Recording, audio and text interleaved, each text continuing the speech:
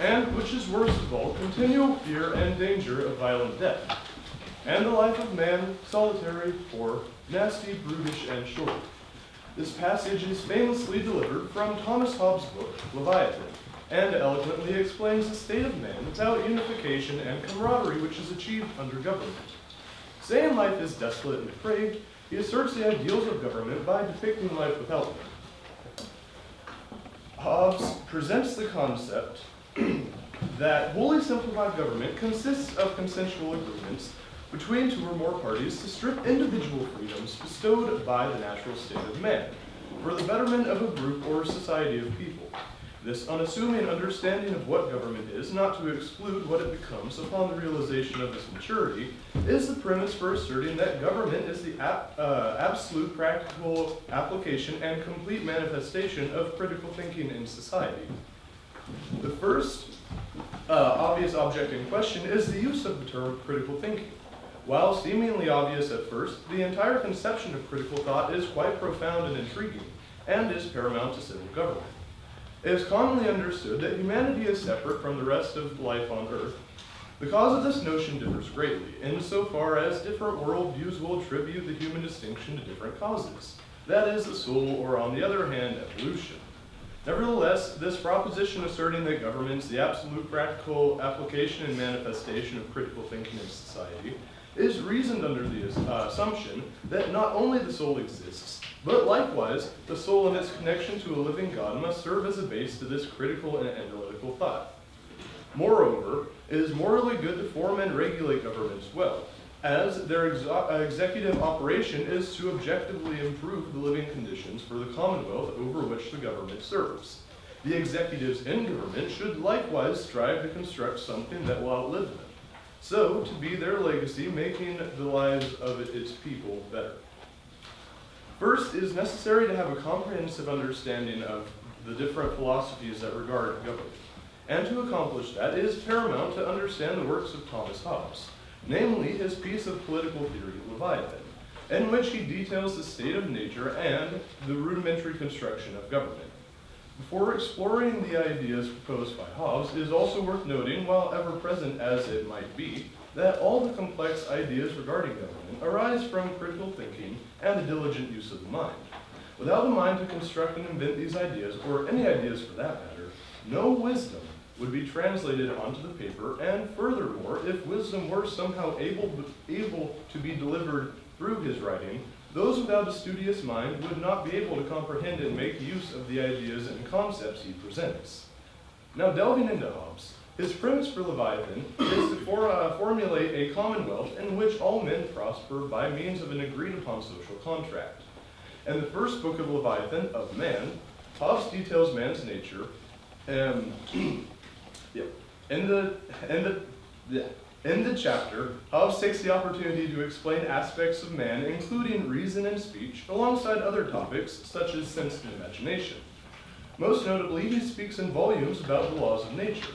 He defines them as such, objective and innate, through the deliberation of mental faculties, laws which each man shall carry with him and need not an explanation by some external source.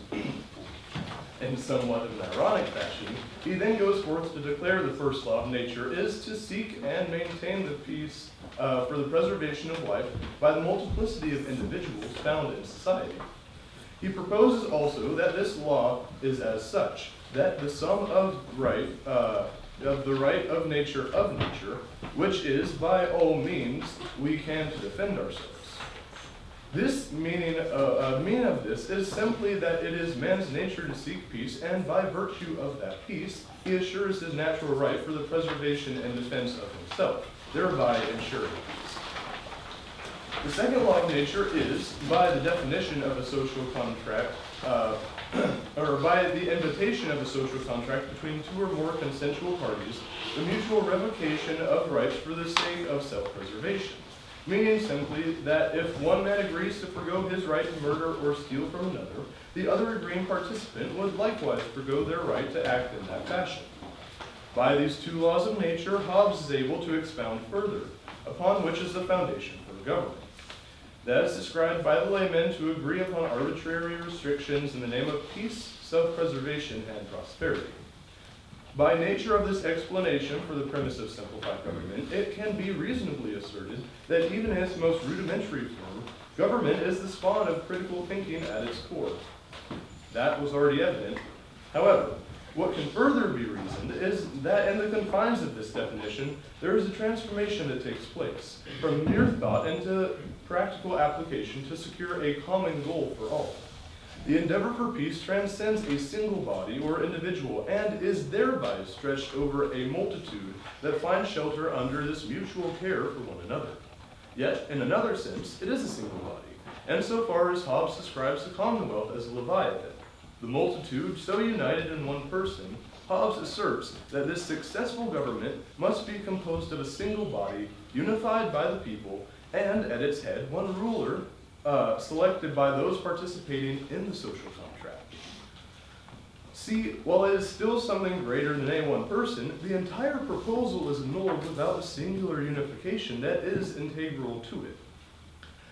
The applications of critical thinking are present and direct, not only in the conception of this idealized Leviathan-like unified body of government, but the understanding and reasoning to decide which actions to make illegal, how it should be enforced, who should rule, and how to implement further actions regarding the people. The entire process that is of constructing a government is impossible to accomplish alongside the intended goals of equality and peace without mindful reasoning. Moreover, the finding of correct moral attributes, the cognitive faculties necessary in a single man to be capable of leading the commonwealth, and so to be chosen by its people can prove to be a difficult and demanding task. This only furthers the initial assertion that government is not only demanding of a commonwealth's mental faculties, but if deliberated well, can act as a manifestation of critical thinking by society. Thomas Hobbes' conception of government, however, delivers the conversation gracefully into John Locke's first and second treatise on civil government. These two treatises address the selection of monarchs and their divine nature. That is, whether they are divinely appointed or if they are not. Locke, in a fashion similar to Hobbes, presents a free man without the encroaching and all-encompassing government, living in a state of nature.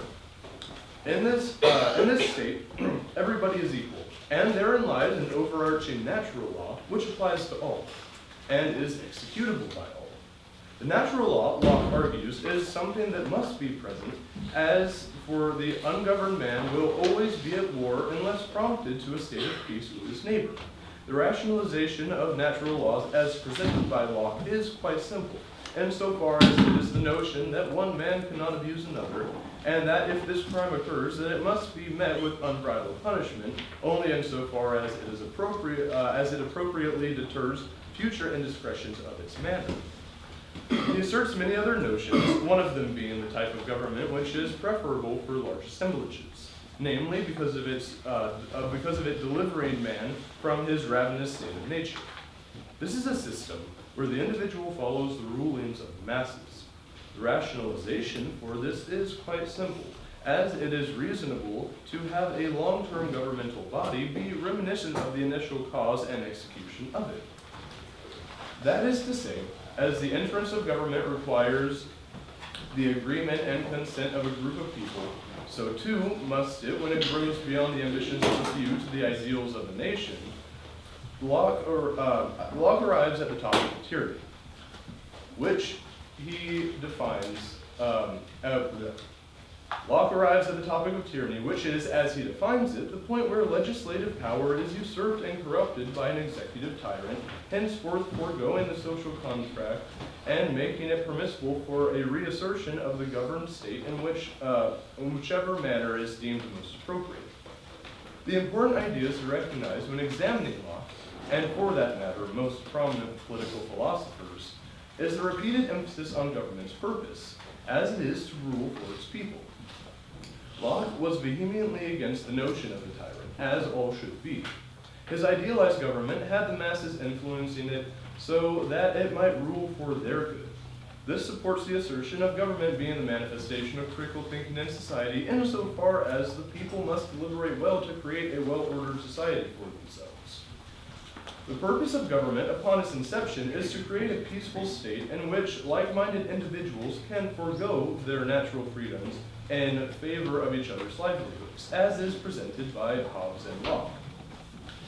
The Declaration is set forth prominently by most philosophers that the intention of government should be first and foremost to rule in favor of its people, and to act for, not against them.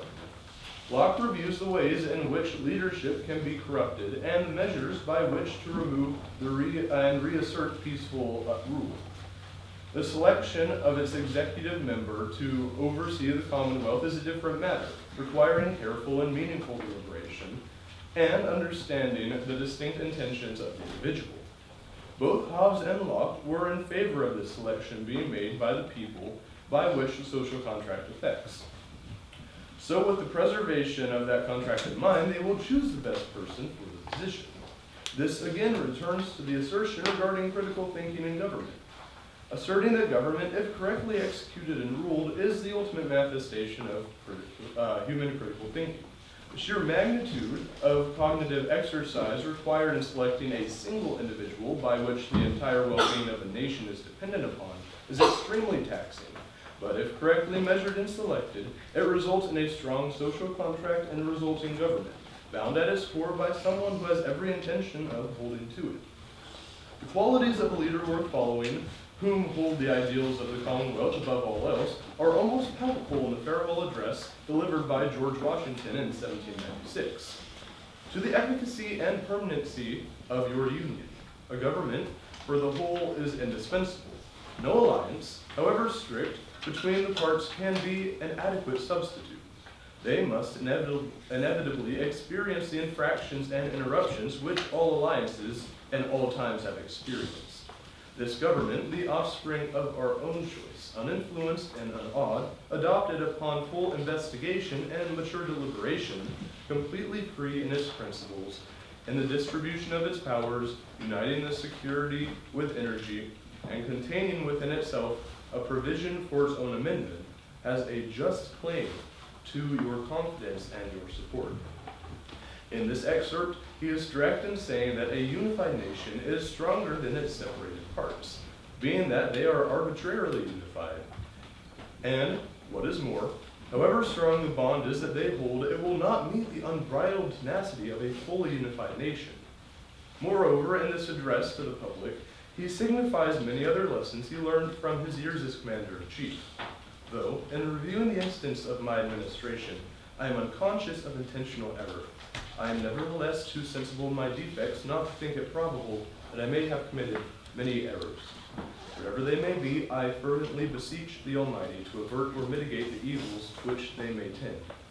I shall also carry with me the hope that my country will never cease to view them with indulgence, and that after 45 years of my life dedicated to its service with an upright zeal, faults of incompetent abilities will be consigned to oblivion, as myself must soon be, to the mansions of rest. Perhaps one of the most personal sections, while not directly advising or promoting a singular idea to the people regarding their own behavior moving forward, and instead, in a moment of introspection, realizing that while his faults may not be ever so present to him, he is still incapable of living a life without fault. Proceeding, he asks God for indemnification for the errors he committed to his people. Then finally, he humbly asks for the people to not remember him for his mistakes, but instead recognize the lifetime of commitment and determination he committed to your country. Finally, he expresses his desires, however not in some self-indulgent, conceited manner, but instead reveling in the nation he contributed in making. He concluded his farewell address by saying, "I anticipate with pleasing expectation that retreat in which I promise myself to realize, without alloy, the sweet enjoyment of partaking in the midst of my fellow citizens, the benign influence of good laws under a free government, the ever-favored object of my heart, and the happy reward, as I trust, of our mutual cares, labors, and dangers." This excerpt is integral to the notion of good leadership, and so far as Washington expresses his desire and excitement for leaving his position in government, being mindful that he had possessed the most powerful office in the country's leadership. It is clear he was pleased with the outcome of his and his other founding fathers' labor in creating their country. Moreover, Washington explicitly states the ambition he had upon the partaking of this role in office, which was a free government with good laws. The conception of an ideal leader often seems to coincide with Kierkegaard's tragic hero, following the premise of being self-sacrificial by merit of position and responsibility to the group in which the person devotes themselves. However, this is not mutually exclusive with good leadership, being that the person who leads does so for the Commonwealth's good, and by extension his own. Meaning that while the role of the tragic hero is to give part of himself up for the greater good, the executive role in government is still one where it requires he rule for the good of the Commonwealth, which the said executive must one day return to. Making the distinction from the tragic hero, looking again to President Washington, is clear by examining the aforementioned quote detailing his eagerness to return to a civilian life. While the befalling of difficult responsibilities come to the people in such influential positions, they do not necessitate the sacrificing of oneself. This is why the mental faculties required to deliberate not only the system of government, but the distinctions for a leader proves to be such a difficult task, and moreover asserts that within a government therein lies the manifestation of human cognition and critical thinking. In Plato's Republic, he examines the ideas of proposed positions in government, and moreover, the more expansive composition of society. He proposes three classes of people: the working class, the military, and the rulers, and likewise he attributes to these classes their representative materials, bronze, silver, and gold. He assures the audience that each class must only act within the bounds of its abilities, which is to live and act as it is capable of doing. That is, for the working class to act as merchants and artisans, the military to obey and enforce laws justly, and the rulers to create laws and run their governments and societies justly and for their prosperity. Interestingly, while Plato's very strict class-structured society acts with an opposition to the notion put forth of having insurance to a good leader that was argued with George Washington, which was that to assure tyranny would not arise, the executive must one day return to its commonwealth, Plato promotes that there are certain types of people that fit these roles in society. So, too, they would not lose sight of their intent. The most important of these is regarding leadership in government, which Plato insists must be filled by philosophers, and that as lovers of truth, they would only seek what is best for their subjects. He further asserts this with the notion that philosophers are the only individuals capable of understanding knowledge of the forms, and are therefore, by extension, the only ones capable of knowing anything regarding rightly ordered leadership. And moreover, that the essential knowledge for a ruler is to know the form of good, which shines to the other forms as the physical sun shines to the world. This is a peculiar stance Plato holds, as it is rather self-indulgent insofar as he is directly promoting the superiority of his own particular craft. And yet his words carry weight. Plato and other philosophers esteem themselves to discover truth and what is right. And if that is the desire of a man, he will not seek its adversary for him or his potential subjects. It is also seen in the three Theban plays the effects poor and unfortunate leadership cause. Oedipus exemplifies characteristics of poor leadership very well. While his rule was not entirely destructive, he was reduced to shambles as he began examining the truth of his own life and his rise to power.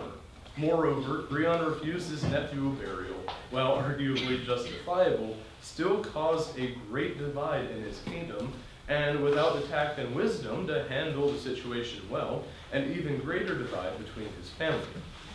The repeating issue with these instances is not being mindful of the actions and outcomes stemming from their authority, and perhaps misunderstanding what right actions should be taken instead. With roles and characteristics of governmental leadership being reasoned, it is now the focus to realize the citizens' place in this system of government, and furthermore, by what means their cognitive expertise be exercised. Needless to say, there are many different flavors of government, and largely the role of the citizen remains the same in them, and their role is to abide by the social contract and conduct themselves wisely and justly. This may appear to be some sort of layman conclusion, but the nature of wisdom and its relation to the citizen and how they conduct themselves within the bounds of the social contract is complex in and of itself. Above all sits the free will which God has imbued to every man, and from that the mental faculties to conceive and utilize reason and critical analysis, which can further be extrapolated into knowledge, and from that, when married with experience, breeds wisdom. Wisdom is the key for well-wrought society, as it is the more seasoned adversary to idealism, which is prevalent in the creation and maintenance of society. This is not to assert the notion that idealism is immoral in any way, but it needs to be understood that it can become a bottleneck for societal advancement. For instance, take Plato. While an indisputably wise man, he had many beliefs he held to, a great number of which were very idealistic. As aforementioned, this is not some immoral thing, but if an assemblage of individuals were to extrapolate some ideal or judgment from, for instance, Plato's belief of the body restricting the soul, it could result in a society of inhabitants who would constantly reject their physical body in favor of their souls. The issue is not the initial idealistic belief, but instead, when there is an unobtainable ideal, which a culture clings itself to, and the mass of individuals, now a collective body, go on to become an echo chamber, advancing these ideals to absurdity. By merit of the issue concerning idealism in society, idealism must be met with practical wisdom, meaning that while it is good to conceive of an ideal society, it is equally important to rationalize, criticize, and be mindful of it. Unfortunately, this leads itself to the irony of the proposed ideal society being met with censored idealism. That is not what is being communicated. However, instead, the proposition is that the society would be inspired enough to conceive of an ideal for their well-being, and use their critical thinking and cognitive analysis bestowed by God to adjust it to an appropriately encompassing government that will lend itself to a prosperous society. In conclusion, the purpose of government is to relieve man of a short and painful existence, revoking his natural freedoms in favor of a prosperous society. The execution of government, and more specifically its figureheads, should have the intent to rule for its people and pursue a prosperous nation. The issue often arises that these executives possess a lack of wisdom, critical thinking, and tact, which become a reduction of greed and incompetence that lends itself to tyranny. Government, more so than any other human invention, is integral to human advancement and development. Not only in a physical sense, as one of its fundamental intents is to the preservation of life. No, it is also paramount to mental and spiritual development, as it insists the ruler seeks the good of his subjects before his own. And moreover, the Commonwealth seeks the good for their neighbor and community. This search for a morally good and structured society is reflective of God's image in man. Society, ordered by a just government, is so beautiful and extraordinary because it takes the weight of life off a single person and rests it on the shoulders of society.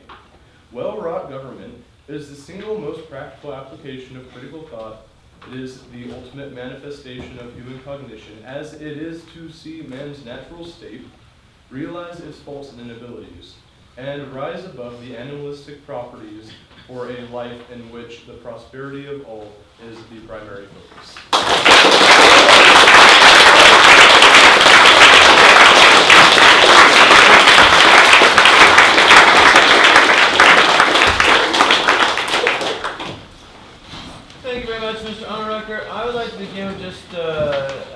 So a few points of clarification. In your second to last paragraph, you said the issue is not the initial idealistic belief, but instead when there is an unobtainable ideal to which a culture clings itself to, and the mass of individuals, now a collective body, go on to become an echo chamber, advancing these ideals to absurdity. Could you just explain more fully your concept of an echo chamber with regard to ideas? So I think one of the most, I guess, practical examples of this are extreme political groups or places like, for instance, the Westboro Baptist Church, which have very, in their minds, idealistic beliefs and are obviously wrong. But they don't really open themselves up to conversation or open themselves up to having their minds changed. And so, by extension of that, they progress to a point where they just repeat the same ideas to each other. It's just constant affirmation, and then they attack everyone outside of that ideal. Mm-hmm. And so, if that could be applied to an entire society or government, then it would have the same detrimental effect. Okay, yeah, the Greeks had the word for somebody who was singular in their thought or just held to their own thought as somebody who was idios, we get idiot from. And so rather than an individual idiot, a sort of, I guess, a collective group idiocy where you do not enter into the dialectic or the working through of ideas with other groups, but simply are to yourself, that idea. All right, I'd like you to explain further. This comment in your second paragraph says, by the nature of this explanation for the premise of simplified government, it can be reasonably asserted that even in its most rudimentary form, government is the spawn of critical thinking at its core. What is the connection you see between government and critical thinking? Well, I think that to form a social contract, a rudimentary form of government, man needs to realize, or I guess recognize, his terrible living conditions, the depravity of his life, and they must become, in some way, a unified body to think of ways to overcome their deprivation. Mm-hmm. And how is critical thinking going to supposedly help to mitigate that deprivation in societal life? Well, insofar as they need to deliberate between what laws to enact, how they should order their society. You don't just say, oh, let's create a social contract and then leave it at that and everything's peachy. You need to really think about it and, invest time and mental faculties into the ideas. Yeah, but oftentimes when people get together to discuss things, oftentimes doesn't that process of discussion itself require compromise and sort of setting aside our convictions for a sort of position that everybody agrees to. Margaret Thatcher had this comment. She said, "Consensus negates leadership." If you're going to have a leader, it seems a leader is a person who doesn't, sit down and have everybody have a chat about what we all think about things and reason things together. A leader is the guy that gets out and says, "This is what we're going to do. I have the right answer." Isn't what provides effective governance somebody who is wise, who can step forward as the leader without needing to have others around him question him? Well, I think that depending on the culture, that is true, but upon the inception of government, it's really a group of people who have every, intent to be at war with each other, to hurt each other, kill each other, steal from each other, who get together and say, this is wrong, we need to stop this in preservation of life and morality. And so we are both compromising our rights to do whatever heinous action to each other so that we may prosper. Mm-hmm. So I think on its inception, it is necessary to have compromise. Mm-hmm. Yeah, I have to admit, I enjoy certitude much more than I do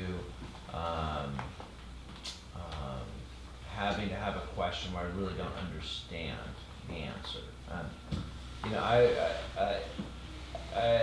Yesterday, after visiting a detention center, Bumper sticker executive, the type of phrasing, I think that I wouldn't go so far to say it's tyrannical, but it's sort of asserting a very strong stance on something that probably needs more deliberation.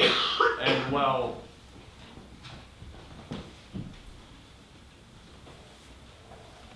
I think that's really where the compromise comes in, because obviously, to have good leadership, you shouldn't have to compromise on everything, but I guess to reasoning purposes.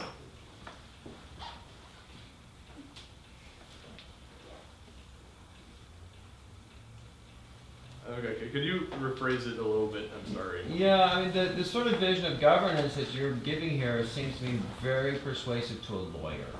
Lawyers love to go into detail on different instances, and they love to have complicated, curly cues of thought.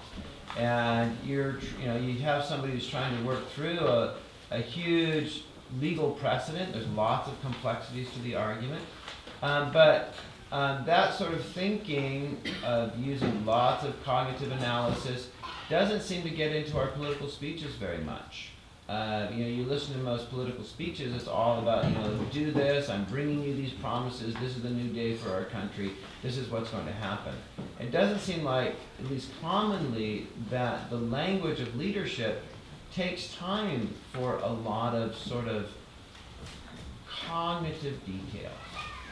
Okay, I see what you're saying. So I think that the cause of that, and perhaps the issue with it, is that I think culturally right now, and in the past, we've really wanted to be fed by our political figures what we want to hear, and not really have to think about other answers to it. And so I think that that's really detrimental to society. Insofar as it really takes the careful deliberation of its leaders out of the equation, and it's more so, how can I be voted into office, how can I have the most favorable approval rating, that sort of thing. Mm-hmm. Thank you very much. Wow. Okay, so in our government, we were founded on something similar to Locke's, right? Mm-hmm. So under Locke, it says, Locke arrives, in your third paragraph, so Locke arrives at the topic of tyranny, which as he defines is the point where legislative power is usurped and corrupted by the executive tyrant, henceforth foregoing the social contract and making it permissible to overthrow the government.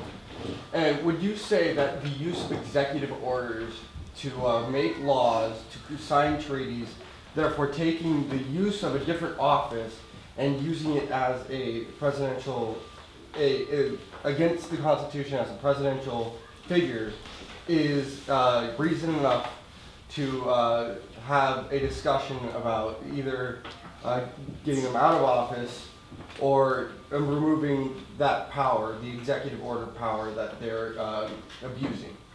That's a very good question. I think that, and you're specifically talking about like the presidential, president being able to veto things, right? Not veto. Veto is in the Constitution. Well, right, but The executive orders where they can just say, I've created an executive order, we are now in an alliance with blah, or you can no longer smoke weed, or you can no longer do it just because I say so.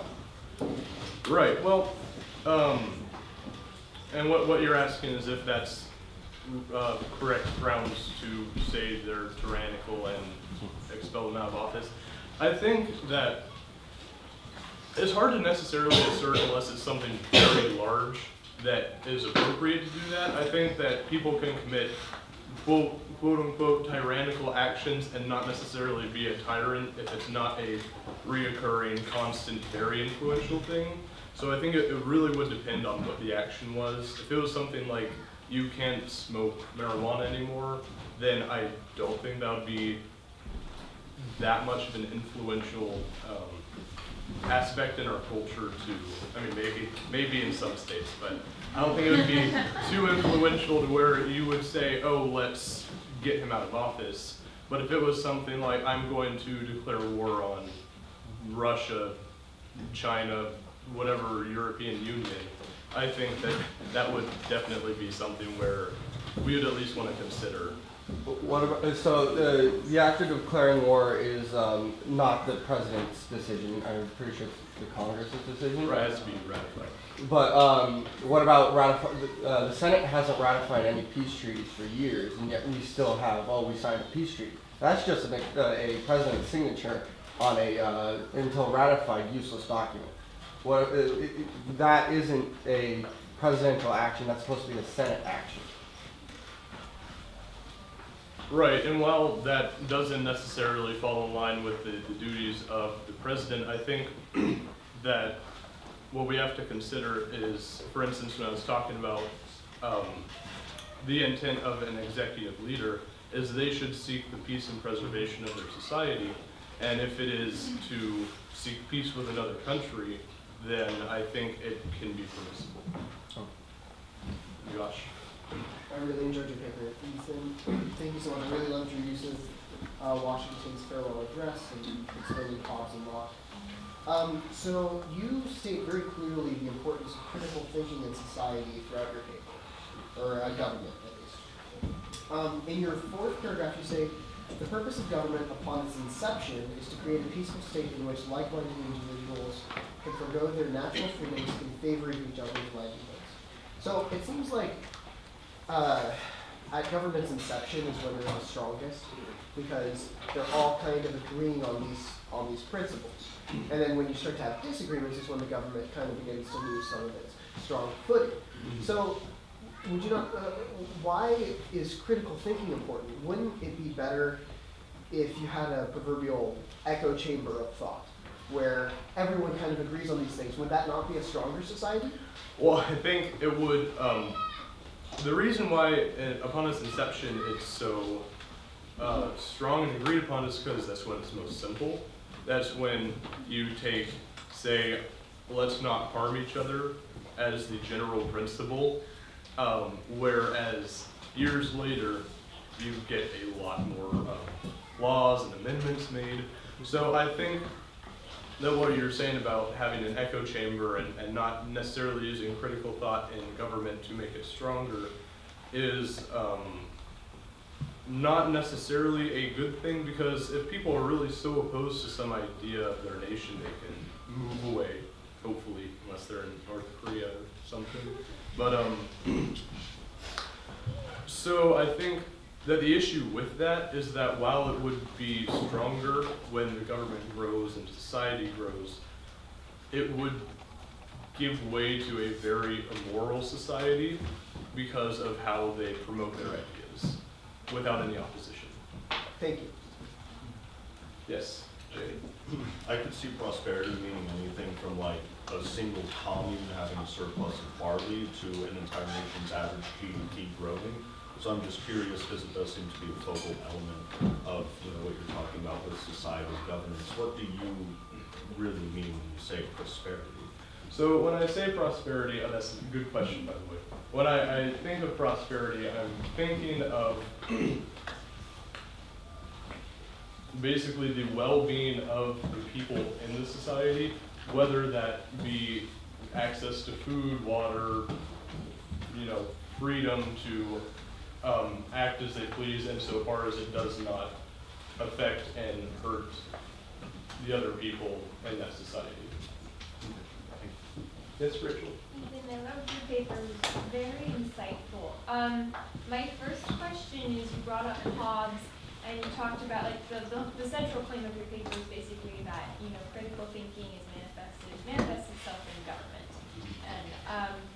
And Hobbes also says that man's natural state is at war, and he kind of paints this very brutish figure of man without government. So I was wondering, in a state of anarchy, in the absence of government, what is the role of critical thinking? I think the role of critical thinking is to form a government at that point. We're less So does simplified it still exist? what? Does it still Critical exist? thinking? In a state of anarchy, yes. Yeah, I think it exists, but I think that the issue is in an anarchy-like state, you get people that are very focused on themselves, and you sort of get these singular governments where people govern themselves and only care about the preservation of their own life, their own prosperity, and sport. So I think it's still prevalent, but not in the group mindset of unifying people. Okay, yeah, that makes sense. And then you also talk about ideals and how they become dangerous when they're unobtainable for government to pursue. And I was wondering, isn't Christianity kind of an unobtainable, idealistic notion? We're supposed to be Christ-like, and we're supposed to try and achieve that, which we could never really be perfect, and we could certainly never be Christ. And so would Christianity be a dangerous ideal for government to promote? And should Christians still be achieving that ideal because it is unobtainable? So I think that that's a very good question. I think that perhaps the confusion, not to assume that you're confused, of course, but the confusion can come in where it is just seen as another ideal. But with the premise of this paper, it was made under the notion that morals and good things and what is right is derived from God and, by extension, Christianity. So that ideal isn't necessarily striving for, I want this to be the most Christian nation, but I think more so that it's striving for a good, prosperous, well-ordered society that is beneficial to. So the Christian ideal per se is not said to be Christ-like, but it's more a prosperous society because it's in the context of government. Yeah, well, and I think that to be Christ-like is to be good and well-ordered. And that, extends from myself to a room full of people to an entire government. It should all strive to be good and well-ordered. So that's why I think that in a society it kind of encompasses Christianity. Max? Would you say, like, the very foundation of government is sort of based out of, like, your own desires and fears, maybe, more than just, a higher idea in the sense of, an example, like, I will forego my right to murder someone because I own fear of being murdered. I would much rather prefer not to be murdered. It forgoes my own right of murdering them. So I'm like, hey, I'll sign that contract. Yeah, Do no. you think that that's the very base of it overall, or do you think that there is a nobler sense of just building up everywhere as well? I think that's a very large part of it, but I think by extension, we recognize that it is not good to be constantly living in fear. We realize it is not healthy for us and beneficial for us to constantly be afraid of stepping out of our door every morning. And so I think that while it is in large part because of fear, that people can rationalize that it's bad to be fearful and live in fear, so that there's a part of it, but there is a larger aspect to it. Yes? I have here that you said in your paper that the search for morally good and structured society is reflective of God's image in man. Could you expand on how you're seeing the existence of government is an extension of God's image? So I think it's an extension of God's image, insofar as God is very, he's very ordered.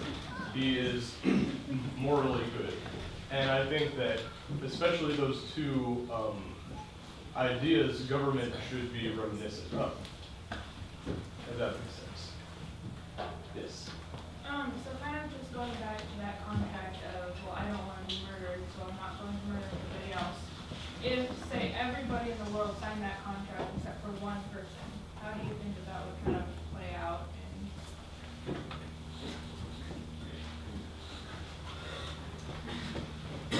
I think that by extension, extension. Well, that's interesting because you have the natural law, which is basically, as Locke presents it, the premise that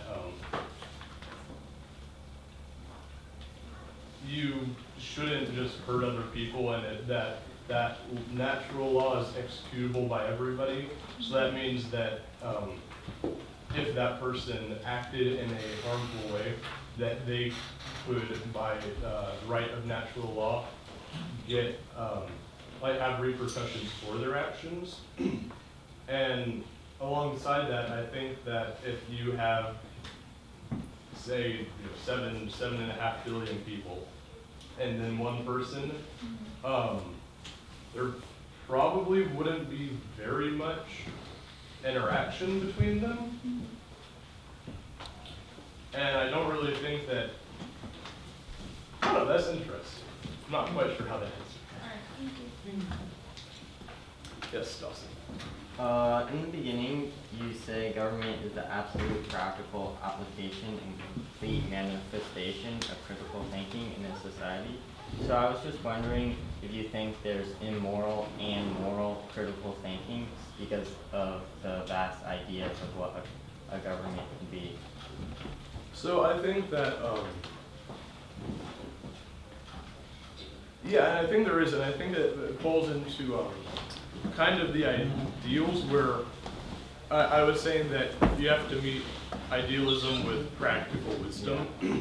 Because if you go absolutely to practicality, euthanizing the society is practically a good way to, increase the amount of food everyone would have without having to grow more food.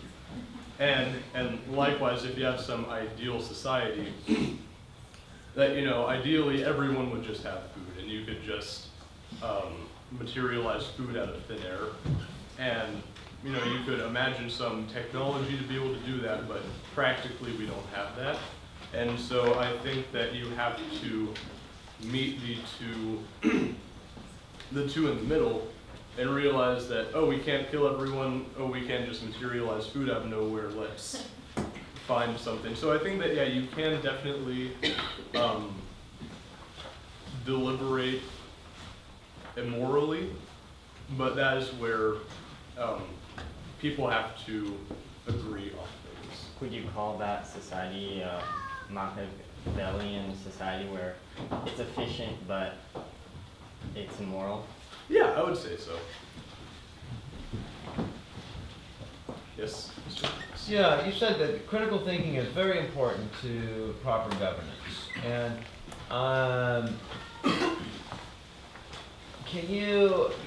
I'd like to just give you an example, if you can illustrate, how critical thinking would help one to think to a particular controversial issue. And right now our country is considering higher tariffs on other nations.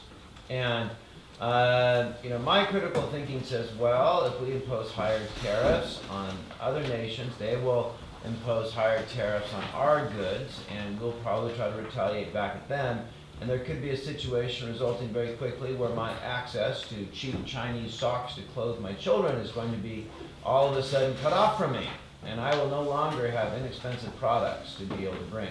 So how would you say critical thinking approaches a question like tariffs, and what's the advantage to having critical thinking when looking at a difficult question like that? Well, I think that to an extent, that kind of falls under the initial assertion of government, which is the prosperity for all, the ability for all to live well under it. And if you have excessive, prices on external trade, then you have people who can't afford food, clothing, whatever it may be.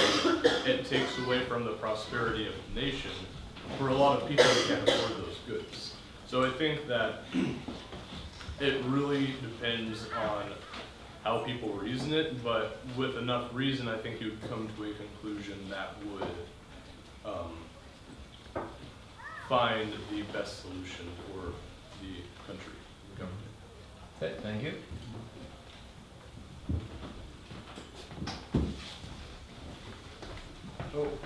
Oh, Weston. There. Yeah, I'm sitting on that.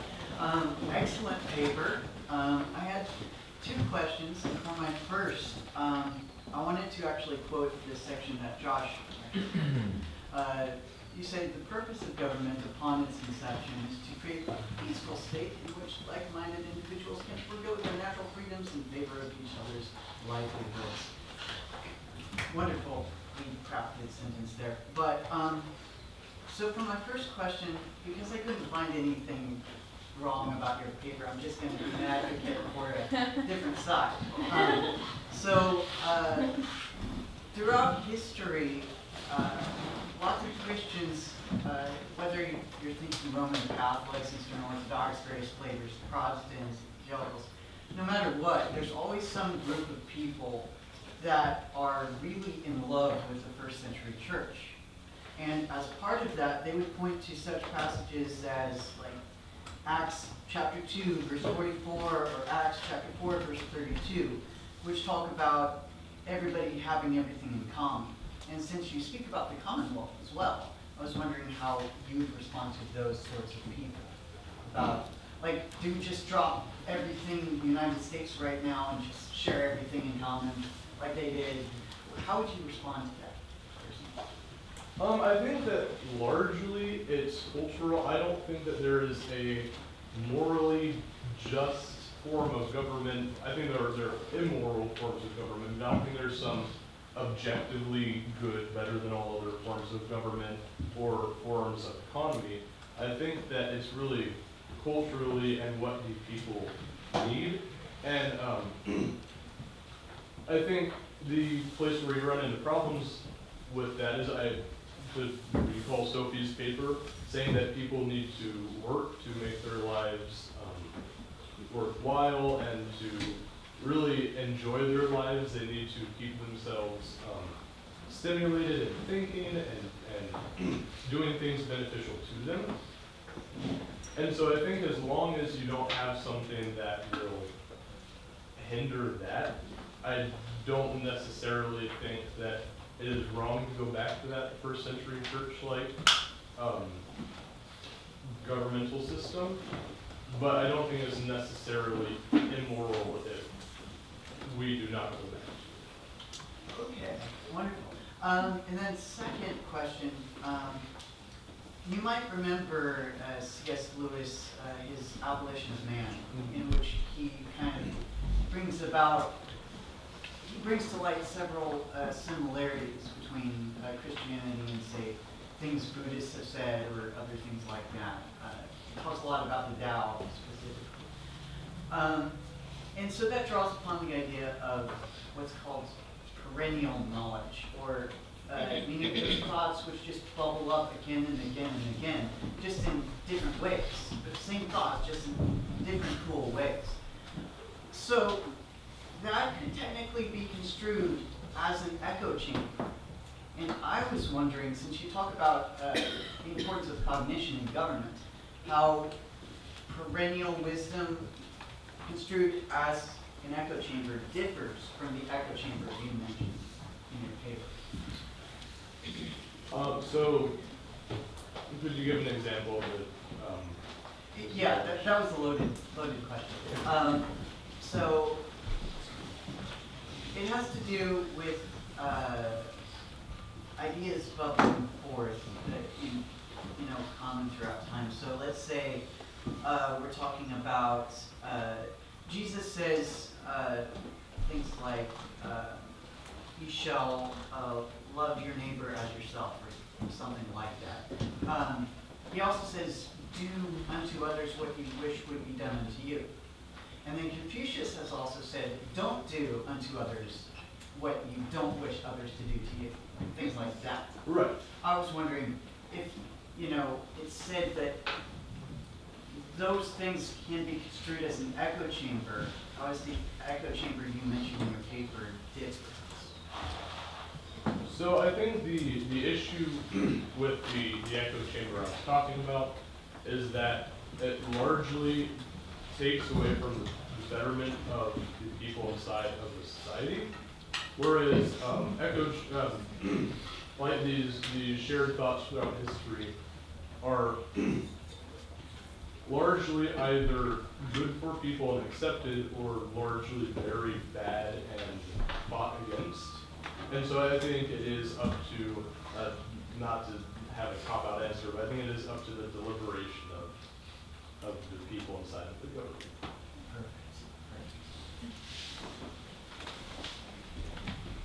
Thank you, Mr. Onarecker.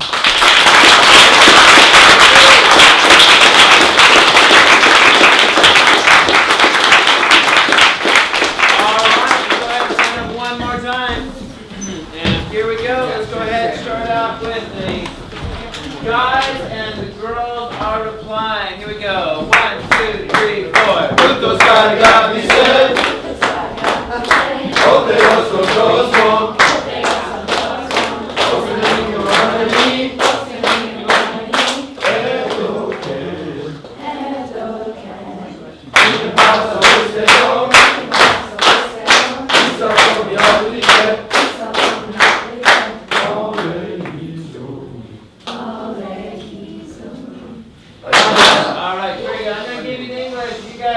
Shout back at me 3. Know yourself. Know yourself. The beautiful is difficult.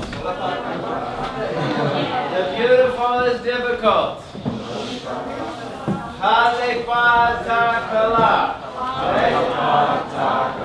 Alright, the things of friends are held in common.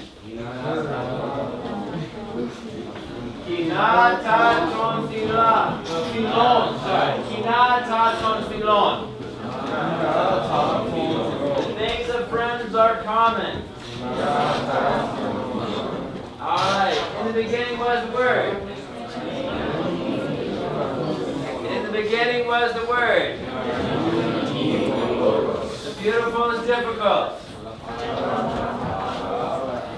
Know yourself. The things of friends are common. Alright, very good. Alright, now for tomorrow, let's see. Let's do.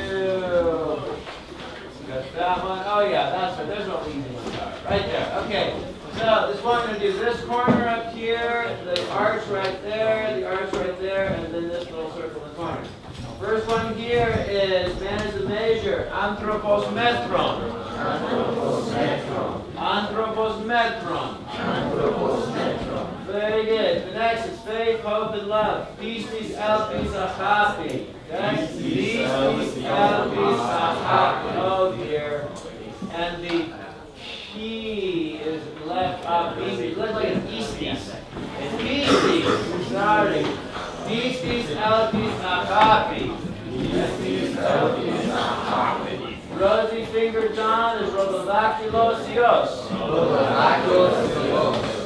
And then this little phrase here, alas, sorrowful work. This is when Agamemnon is killed. As people look at the dead Agamemnon and they say, meleon ergon. Meleon ergon. Right, very good. All right, now, let me also say, these little posters that you see up here with all those Greek phrases are on the tabletop over there. And if you'd like to take one home at the end of the evening, grab one and take it home with you. And you can have it up on your wall. They're actually screen printed. They're very nice things. Thick black ink on there, and you can have that up on your bedroom wall and get all of those phrases memorized. So, with that, we are going to continue on with our next paper now. So if you go ahead and please have a seat. I know we have some Bradley family coming in. Looks like a whole host of Bradley family. So, Bradley family, come and get yourselves some seats. Everybody else is getting a seat as well. Can we sit here, or is this for students?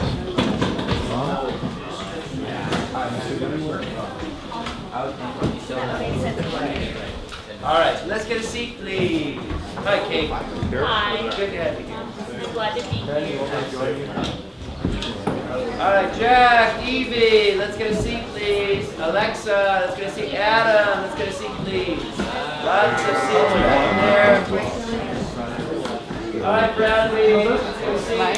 Come on, Brad. Are you going to take me? All right. Right here, Mike. You sit there.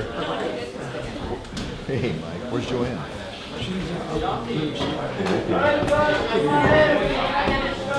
you doing?